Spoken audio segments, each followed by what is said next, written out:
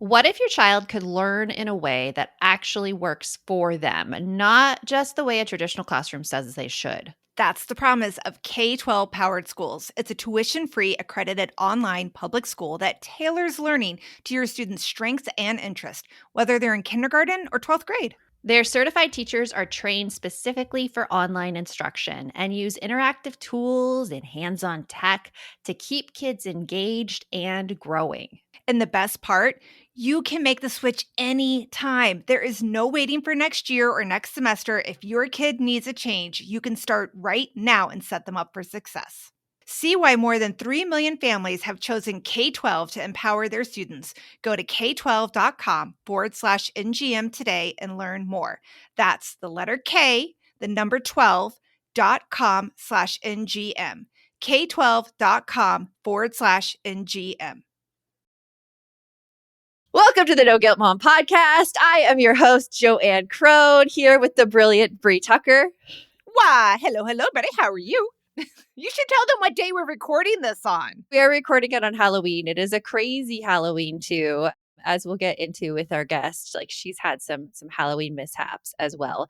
And we're preparing you for all of the burr months because they're going to come in quick succession now with everything that you have to deal with. Thanksgiving coming along, Christmas, Hanukkah, all those family gatherings, all those eating challenges for kids at family gatherings that well-meaning relatives have so many opinions on. Well, I mean, because I do think that the burr months are like the months of eating hell. I'm just going to say it because there's everything from they get too much sugar. Most of us would agree around Halloween, right? And Yeah. then you have Thanksgiving, like you said, where they're trying to do weird textures and flavor combinations they've never done before. And then you get into just like the holiday treats, like the weird desserts. It's hard. It is hard on kids. It is and harder on the parents. It's hard, especially on kids who really don't have that much variety that they want to eat anyways. Yeah. So today we are talking with Jordyn Koveleski Gorman, who is a licensed speech language pathologist, feeding specialist, and founder of Eat Play Say, a trusted resource for parents navigating speech, feeding, and play development.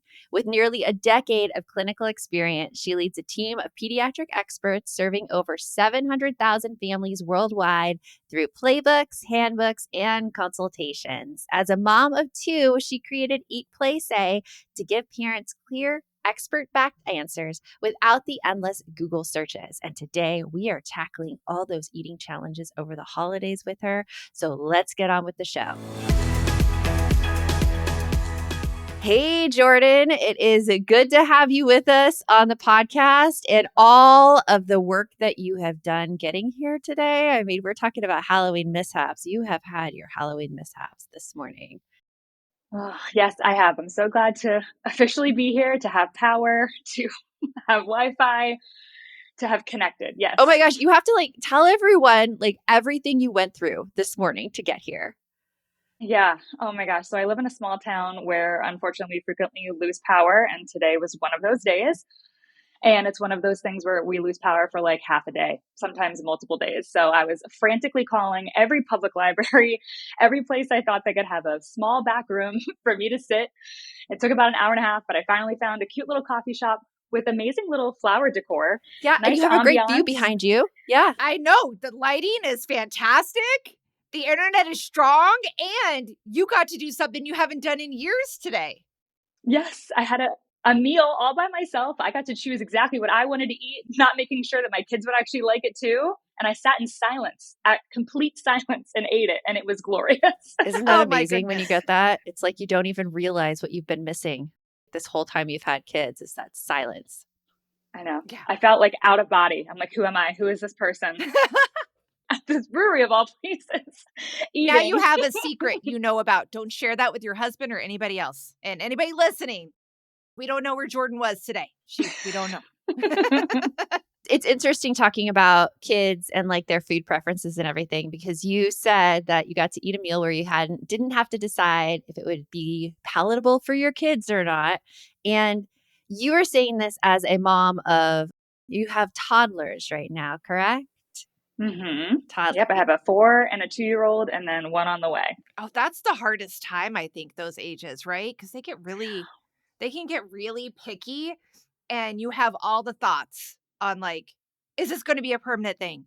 Are they never going to eat anything? And it feels like it drags on forever at that Yeah, stage, I feel doesn't like it? I mine has agree. never ended, and I have a 16-year-old and a 12-year-old.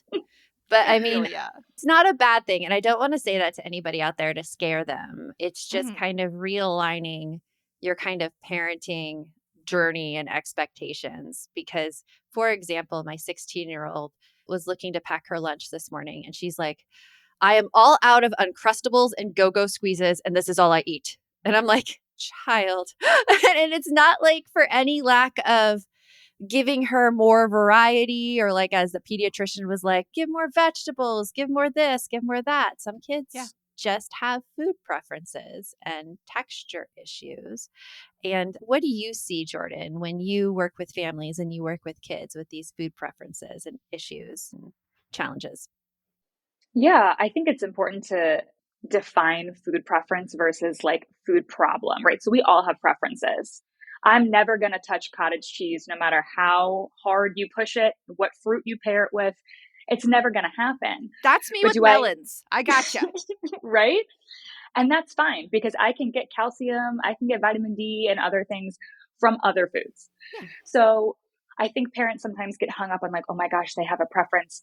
But if you do a quick search in your brain of like, well, they eat these other foods that give them the same nutrients or are a part of the same food group, I wouldn't worry about it.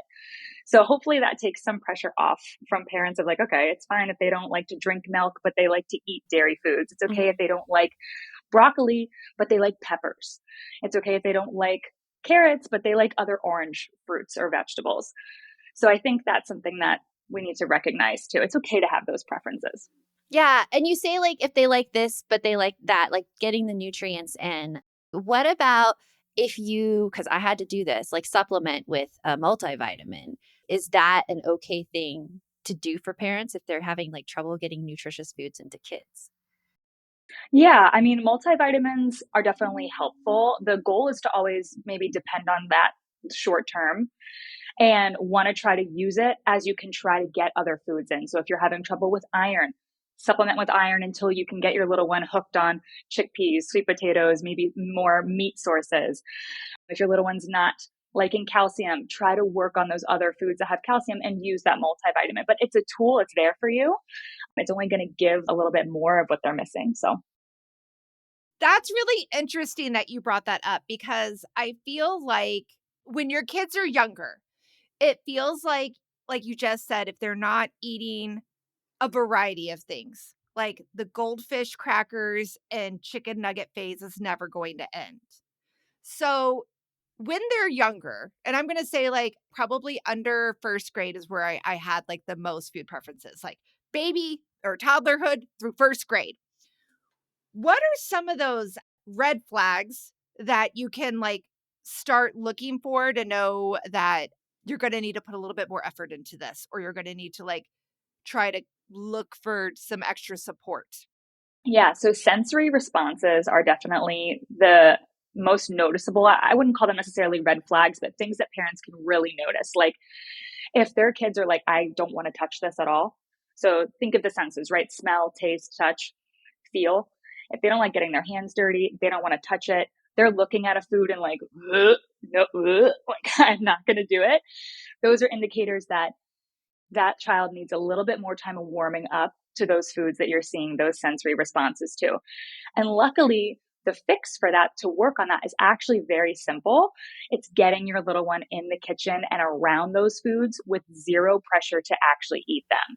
Mm. If Okay. we take that mealtime pressure off the table and we just engage in those foods in meal prep, even in play, like using jello or jelly, if that's one of the foods that they don't like, for them to like use their finger and make letters or make shapes in or Yeah. do a sensory bin. You can actually work on those mealtime troubles with those tools outside of mealtime. Oh, that's an interesting thing. So kind of like exposure to the food with no pressure to actually eat the food and put it in their mouth. Exactly. And we know from research that some little ones take anywhere from 20 to 100 presentations of a food I believe it. before they're actually going to put it in their mouth. 100. Oh my Lord. That is That's a my lot. daughter. Okay.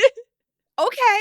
So if you've got that kid that absolutely is very preferable, very small palate, what are some things that we can do to prep them for, Joanne was saying, like the burr months? There's so much going on, so much food coming out there.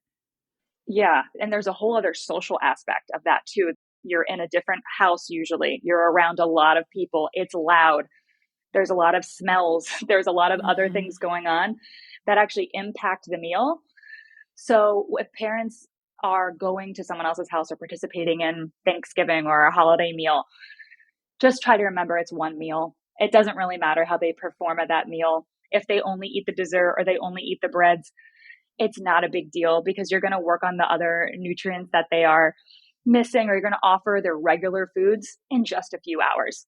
Surviving the holidays is important. And also just trying to enjoy it. If you know it's going to be a fight, we don't have to have a fight at a random Thanksgiving table at Aunt Donna's house. Like Thank you. we don't have to push this right now. They're going to have a decent breakfast before you go, and tomorrow they're going to eat their regular foods again. Just enjoy the time. Offer the Yeah. foods if they don't take it, whatever. And I want to get more into those fights and how to avoid them right after this.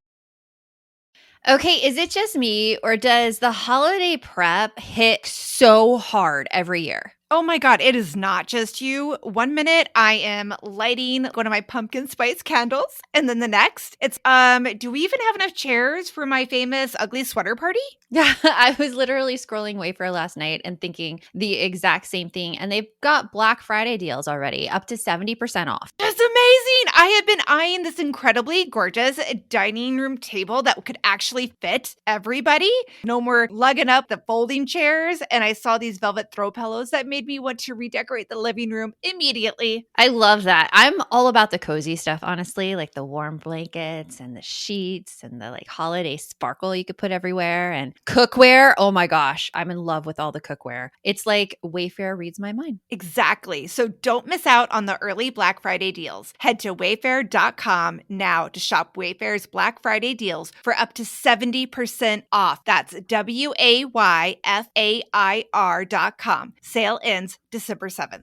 Okay, can we admit something for a second? I avoided my finances for way too long. Not because I didn't care, but because I just didn't have the mental energy between work, kids, and everything else. Figuring out money just felt like another full time job. Same here. That's why Monarch has been such a relief because it links all of your accounts in minutes and suddenly you can see it all. The spending, the savings, what needs attention. It's all right there. Feel organized and confident in your finances with Monarch, an all-in-one personal finance tool that brings your entire financial life together in one clean interface on your laptop or on your phone. And right now, just for our listeners, Monarch is offering 50% off your first year with code NOGUILT at monarch.com. And the best part, no spreadsheets, no complicated setup. It's actually designed for people like us who are busy, they're tired, and trying to make smart decisions without spiraling into a shame spiral we know so well over here. So if you've been putting this off, this is your sign. Don't let financial opportunity slip through the cracks. Use code NOGUILT at monarch.com in your browser for half off your first year. That's 50% off your first year at monarch.com with code NOGUILT. DSW, Designer Shoe Warehouse, is the one-stop shop for all your footwear needs. With sneakers, boots, and everything in between, for every style, mood, and occasion, you'll definitely find shoes that get you at prices that get your budget. DSW has what you need, but more importantly, they have what you didn't even know you wanted. You never know what you'll find at DSW.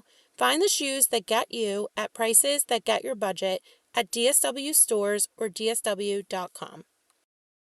So, Jordyn, before the break, I was talking like how this is my daughter. She has definite textures and definite preferences for things. I mean, she was the kid who like would not touch anything. Only now at 16, we went to a birthday dinner with my husband and she ordered a salad with chicken on it and she said it was fire. And I'm like, oh my gosh, this is such progress. It's fire. Yes. It's fire. All the teen language. But Thanksgiving meals and stuff, it was really hard for me as a parent to deal with it because she would put little things on her plate. I'm not talking like hard for me as a parent towards her, more hard for me to operate around my family. Because if she didn't take some dishes, some of my extended family would be like, oh, does she not like what I cooked? Does she not Oh like my that? gosh. And Oh, so they turned it into something that was all about them. yes, it's personal about them.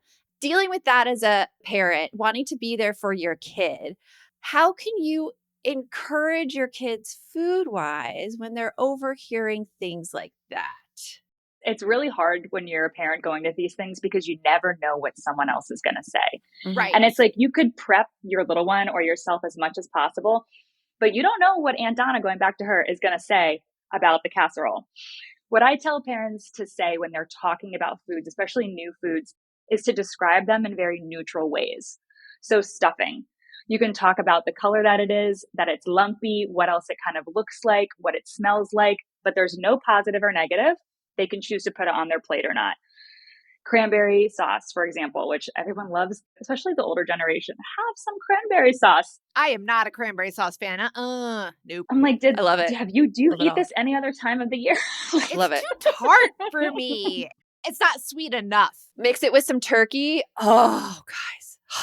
Yeah. But I'm also the cottage cheese lover, so I'm the odd one out here. No, I'm with you on cottage cheese. I do love Yeah. cottage cheese. That's okay. That's okay. But yeah, right? All those foods. Exactly. And you can talk about how to make something with your little one. So Thanksgiving, for example, has a lot of different types of foods. So like cranberry sauce, breadsticks. Let's build something. Let's build a house with these. Let's do something with this and make it fun for them. So it's not actually overwhelming and they might pop it in their mouth. You have no idea. Okay, my grandmother just rolled over in her grave about that, playing with your food Playing at your food. Thanksgiving with her nice china and her like 100-year-old linen tablecloth that we can't get anything to Oh, drop yeah. on because it would just. The pressure. You said something earlier about the pressure to perform. And I never thought about it that way, but I think that's a perfect way to describe these like holiday get-togethers with your extended family. We know that there's expectations. We know that everybody wants our kids to probably look a certain way. Where's that dress that I sent you? Right? Does she have that pretty bow, or where's those nice Mhm. shoes I got for your kiddo? And then, like you said, why aren't they eating the Jello that we made? It's Jello fruit salad. It's Jello. Wouldn't they love it? And you're like, yeah, but there's like little red balls in there. And I know it's cherries, but I don't think you're going to get far with that. And it Yeah. just feels like we're judged and we're also trying to show people that our kid is awesome, even though they're not doing what's expected. So much pressure. Oh gosh. And such little time too. Such little time. It's like you have this 5-hour window where you have to like greet everybody, catch up, try to eat, make sure your kids don't break anything, make sure Yep. that you remember to eat. If your little ones need to go to the bathroom, there's so much extraneous noise that getting to the meal is like the last thing. You're like, oh my gosh, just eat something, like, please. I Yeah. just want to get out of here.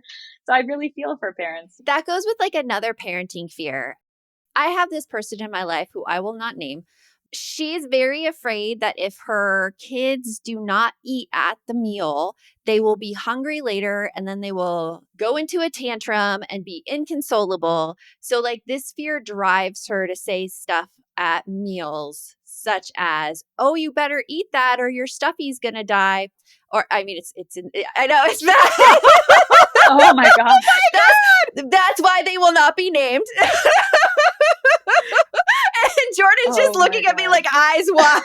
Please tell me that the stuffy is one of those Tamagotchi toys from like the 90s. Like, if you don't feed your Tamagotchi, it's going to die. Okay, well, it's a digital toy. I'll let that happen. I think there was the thread about it drowning. I don't know. It was bad. It was bad, Jordan. And obviously I know it's bad, but I also know that the fear is real.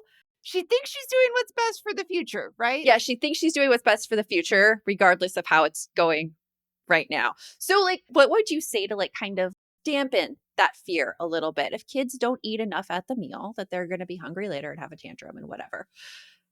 Yeah, honestly, I feed my kids a whole meal before we go to Thanksgiving because That's smart. I feed them lunch. I'm like, here, we're going to have lunch. I don't want you showing up hangry and then be pissed at the food option. Good point. Yeah, because like they get mad. They don't understand why the turkey is taking an extra half hour. Exactly. They can't regulate their emotions, which is Yeah. fine. And honestly, we as adults have trouble regulating our emotions when we have 50 people in a house or 20 people or people we haven't seen before or whatever. Yeah. And also, usually Thanksgiving dinner is at the weirdest time, 3:00, Yeah. 3:30. I know, What are right? you supposed to do? You know what I mean? Like, Yeah. you can't push back lunch and then like expect them to eat food that they've never tried before and then, then go to bed. I was going to say, and it's normally during like nap time. So they miss their nap time on top of it all. Right. So I try to operate the day as normal as possible. I also pack a lot of nutritious snacks. So if they want a beef stick or a cheese stick, or sometimes I'll even bring stuff and put it in the person's fridge. Like I'm going to bring my own fruit that they like or something so that they can have something that they like there. Because again, it's one day, one meal. There's no report card on this meal. It's not going to change the trajectory of the kid's life. I don't want them to hate Thanksgiving because they know they're going to have that pressure to eat foods that they don't like. And they're going to remember that year after year after year. And their experience around family and food is way more important than how many foods they actually eat that day. I love this advice, Jordyn, because it goes so contrary to the advice we usually tell our kids with big meals. You're like, save your hunger. Don't snack before the big meal, else you won't be hungry for Thanksgiving. And you're like, feed them the whole thing before. I love it. It's so counterintuitive, but it makes complete sense. Exactly. I'm like, and yet it is the biggest aha. Where were you when my kids were younger? Like I have teens now, but oh man, that would have been so helpful because Thanksgiving and the Christmas dinner and all the other jazz. I mean, you're always dealing so with much. so many other outside influences that it only makes sense. Like, let's just take hunger off the table and make sure they get full bellies. Their attention span is so short. Typically a meal with little ones, they only are eating for 8-10 minutes. And then they're like, off, like I'm done. Sometimes they're like dancing in their seat, like get me out. Like I want to move. So you can't expect them to save their hunger and jam 500 calories in with foods they don't even like and sit for 30 minutes. They want to go and play. They're distracted by this new environment. So absolutely fuel them before you go. And then whatever happens, happens. Yeah, that is such a good point. That reminds me of something else that one of our balance members was having trouble with meal times, and it relates to the upcoming holidays as well, about a toddler who every time they get into a high chair to eat just starts screaming. So I want to hear what you have to say about that right after this. In Walmart's Hoonuville, everyone ready their cart. Amazing Black Friday deals are about to start. Online and in the app, such great deals to explore. Everything you love from tech, toys, and more. The days to save and the ones to remember. It's only the 25th to the 30th of November. Set your alarms. Don't miss out. These deals are epic, without a doubt. The Who's are all ready, but are you? Walmart Black Friday deals await. Who knew? Hello, I'm Diane Morgan. If you know who I am, you know who I am. If you don't, who cares? I'm here to explain Italian Time, a holiday phenomenon where Italians throw away their clocks and gather for eternity with San Pellegrino. I've been at this party so long that I've eaten 5 courses, hugged someone's grandma twice, and been offered a job in the family restaurant. So this holiday season, make sure to bring enough San Pellegrino to last you through the meal, the after meal, and the entire goodbye ritual. San Pellegrino, holiday on Italian Time. Purina believes no one should have to make the impossible choice between their own safety and their pets. But nearly half of domestic abuse survivors delay leaving because they can't bring their pets with them. Through the Purple Leash Project, Purina is helping create more pet-friendly domestic violence shelters so survivors and their pets can escape and heal together. Visit Purina.com/purple to learn more. Right before the break, Jordyn, we were talking about an issue one of our balance members had with every time the toddler goes in the high chair, they just start screaming and mealtime becomes just horrible. How do you recommend parents tackle that challenge? Yeah, there's a couple things you can do. But first, I also want to say that that's kind of normal. Okay. Around 18 months, sometimes toddlers are like, I'm ready for a change of scenery. They don't want to be so confined. They've been spending the last 6 months learning how to move. And they want to move. We know from a safety perspective, having them sit or at least stand, be stationary, is the safest position for them to be in while eating. Okay. So if you have an alternative place for them to eat, a toddler table, a toddler tower, or a booster at the table, you can offer them, where would you like to sit? And take a break from the high chair. You can always go back to it or offer it. If you don't have an alternative place for them to sit, have them bring something they absolutely love into the high chair with them, a book, a game.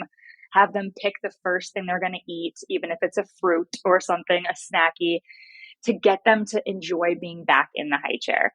Play their favorite song, play a game with them. Do whatever you can to make that environment enjoyable, and then try to offer the meal.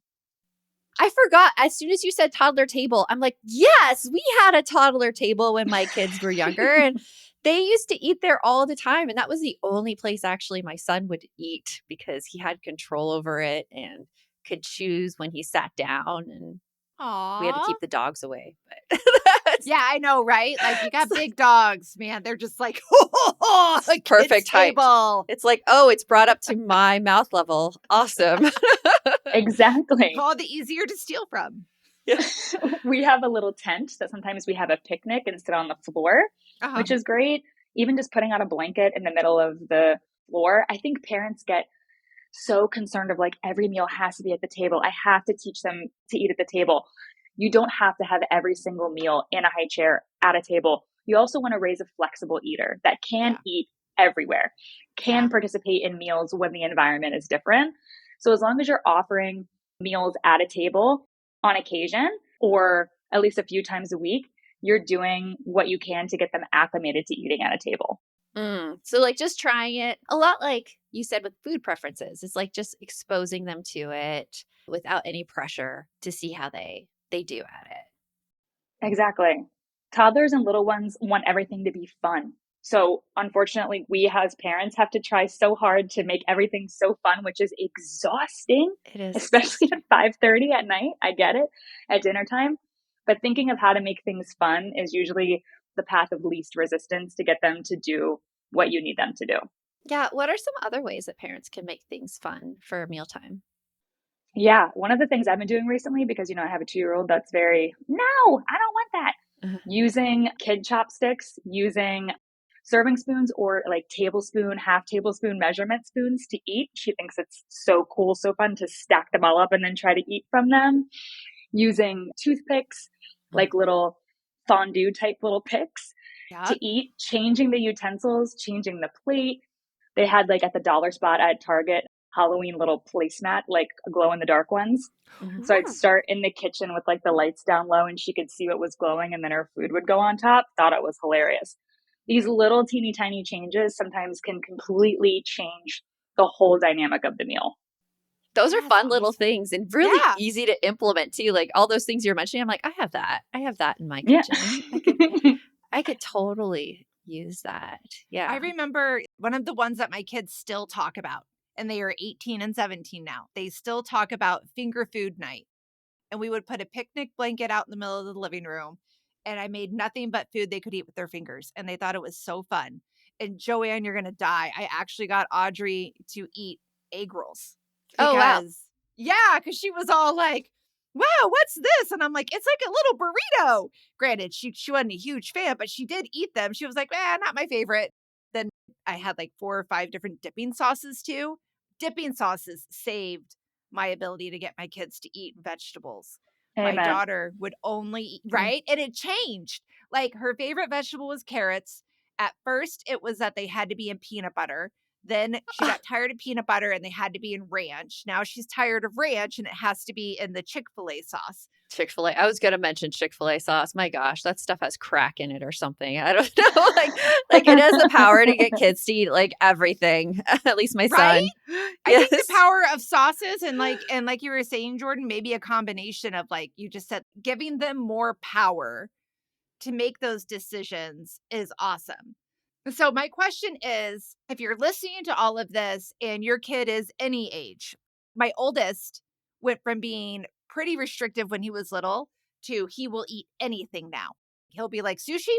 All right, let's try it. But my daughter is still very picky about what she'll eat, still very much a sauce girl, needs her sauces. But what would a parent do if they're like, okay, I've tried all these different tips, I've tried all these different tricks, and it still is worrisome to me? What would be next steps that they would do? Yeah, I think talking one-on-one with a professional is your best bet if you have somebody near you. So an occupational therapist or a speech language pathologist, they can work with you and actually make the menu of what does your little one eat? What are you trying to get them to eat? And it's called food chaining. How do we get from pretzels Mm. to chicken? And you chain, okay, let's use a bready food. Now let's go to chicken pot pie without chicken in it. Now let's go to actual chicken breast that's breaded. Then let's go to chicken. Mhm. They'll help you little by little step from the foods that your little one is eating to the foods that you want them to eat. And this works pretty much with all ages. Honestly, the Interesting. older the child is and the more that they can understand how foods are grouped together and how they're similar, Yeah. it actually works a little bit better.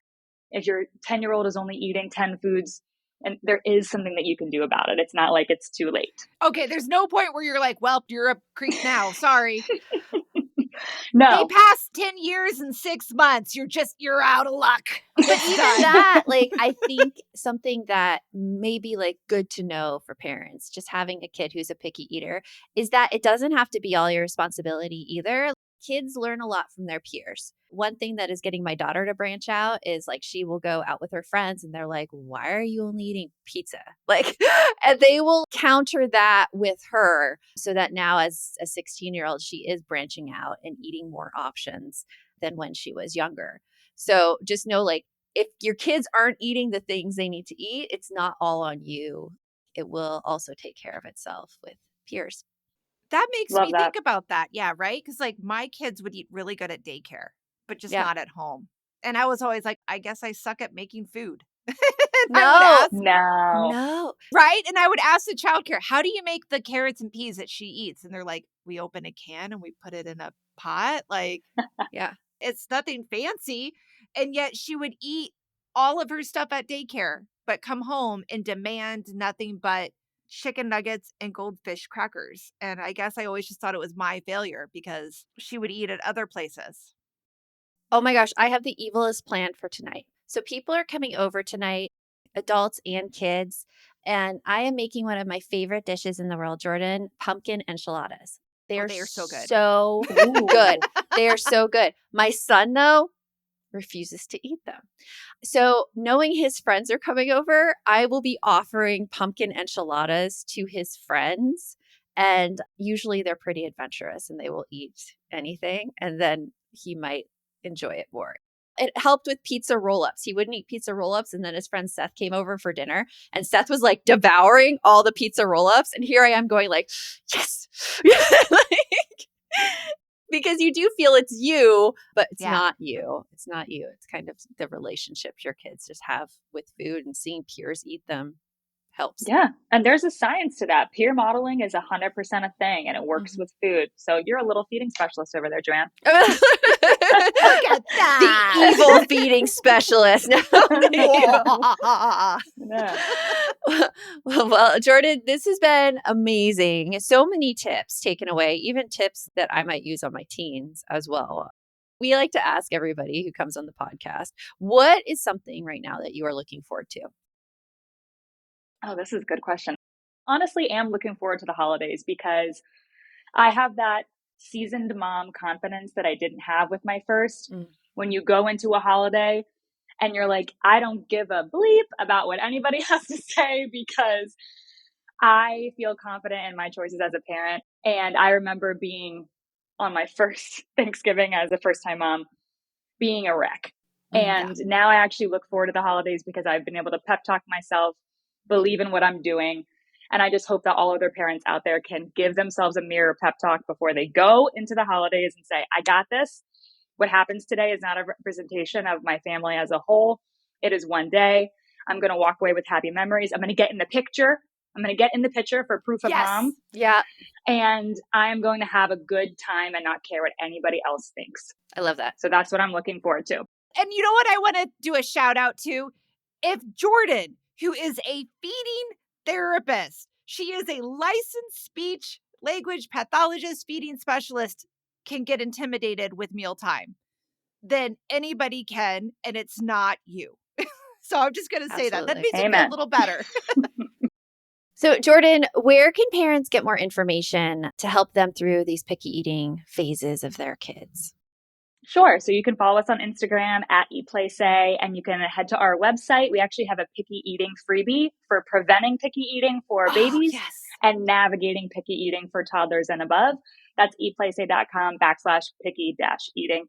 You can download that. It's like a little ebook that you get for free to help you really navigate those mealtime challenges. We need to get that out to everybody. There is a link in the show notes for you guys on that one. So there you go. Absolutely. And remember, the best mom is a happy mom. Take care of you, and we will talk with you later. Thanks for stopping by. If you'd like to support the show further, you can share episodes with your loved ones, leave a positive review, or follow us on social media at No Guilt Mom. You can also show your love by visiting our amazing podcast sponsors. We have a link in the show notes.